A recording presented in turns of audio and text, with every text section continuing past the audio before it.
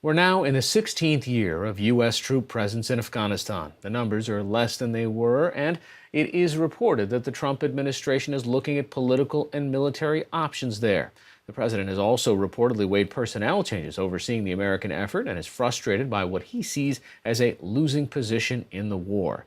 And as the New York Times reported this weekend, Iran has gained influence in Afghanistan, conducting covert activities and supporting their one-time enemy, the Taliban. According to the Times report, quote, as the NATO mission in Afghanistan expanded, the Iranians quietly began supporting the Taliban to bleed the Americans and their allies by raising the cost of the intervention so that they would leave. Joining me now via Skype from Istanbul, Turkey, is Carlotta Gall, who wrote the story. Carlotta, the Iranians and the Taliban are on the opposite sides of the Sunni-Shia divide. Why are they working together here?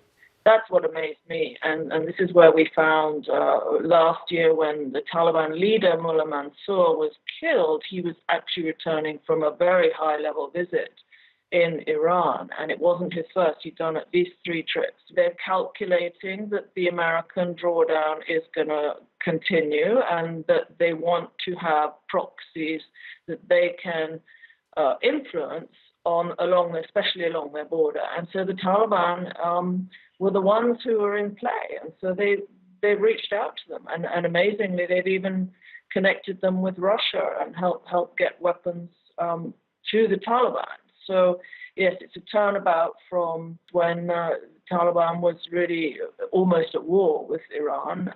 Now they seem to think, a lesser enemy of each other, and they can work. But what's financing all this? The Taliban, as you probably know, have always been financed by Pakistan and the Gulf Arab states, really as a Sunni force. And they have been just trying to diversify. Under Mansour, he was keen to reach out to Iran for money, but also weapons, training, and he also gets a lot of money from the drugs. But it seems that's also how he had connections with Iran, because a lot of the narcotics that are grown in Afghanistan go out through Iran.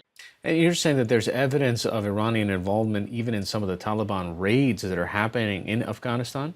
We went down to Farah, which is a very remote province on the Afghanistan's western border with Iran. And they had a very, very big assault last October. They had big airstrikes, and they discovered that there were Iranian commandos who'd been killed in that operation. So the Iranians had been involved at a high level. So is the goal then for Iran to sow instability in the region, or just specifically in Afghanistan, knowing that even if they don't particularly control it, this is an opportunity for them to get the Americans out? They really don't want American troops and influence in Afghanistan. They see it as their backyard.